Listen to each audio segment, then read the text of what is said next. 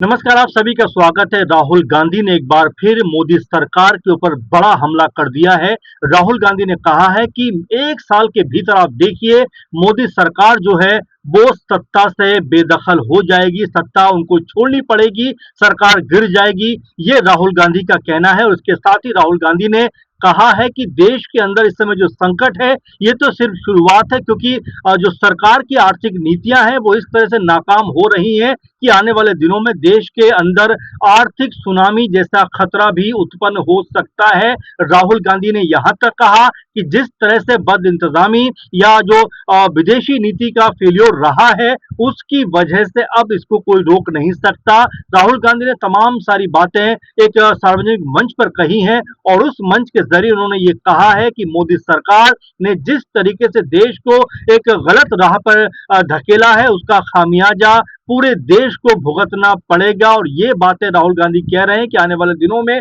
जो एनडीए के कुनबे के लोग हैं वो भी अब खफा दिखाई पड़ रहे हैं। हालांकि अभी बहुत ज्यादा बयानबाजी तो निकल के सामने नहीं आ रही है, लेकिन जिस तरह से लगातार देश सवाल पूछ रहा है उसको देखते हुए ऐसा लगता है कि आने वाले दिनों में जो एनडीए कुनबे के जो दल हैं, जितने भी जो संगठन है वो अपना समर्थन वापस ले सकते हैं। और अगर ऐसा होता है तो चूंकि जो बीजेपी है उनके पास 240 सीटें हैं, सत्ता से बहुत दूर रह जाएंगे। इसीलिए राहुल गांधी कह रहे हैं कि 1 साल के भीतर जो मोदी सरकार है वो गिरती हुई दिखाई पड़ेगी। अब बड़ा सवाल ये बन जाता है कि आखिर वो कौन सा दल है जो अब मोदी सरकार का या बीजेपी का साथ छोड़ते हुए नजर आएंगे। क्या वो जेडीयू है, क्या वो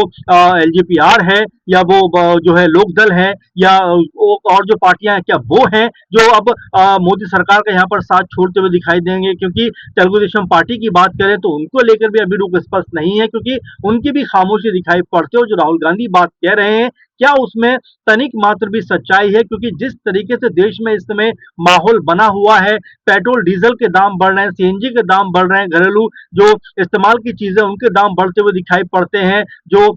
ये कहा जा सकता है रोजमर्रा के जो साधन है जीवन यापन के उनके दाम बढ़ते हुए दिखाई पड़ते हैं। तो ऐसे में राहुल गांधी इसी बात को कहकर अपनी बात को कह रहे हैं कि आने वाले दिनों में देश जो है वो आर्थिक संकट से जूझता हुआ दिखाई पड़ेगा और इसके लिए अगर कोई जिम्मेदार है तो वो मोदी सरकार है। जाहिर बात है राहुल गांधी जिस तरह से इस बड़े मुद्दे के ऊपर अपनी प्रतिक्रिया देते हुए दिखाई पड़ते हैं, अपनी राय रखते हुए नजर आते हैं, वो आने वाले दिनों के लिहाज से बहुत ज्यादा बड़ा संकट की तरफ इशारा करता है। क्योंकि अभी भी देखा जाए तो जिस तरीके से गैस की किल्लत देखने को मिल रही है, लगातार डीजल पेट्रोल के दाम बढ़ते हुए नजर आ रहे हैं, सीएनजी के दाम कहीं ना कहीं बढ़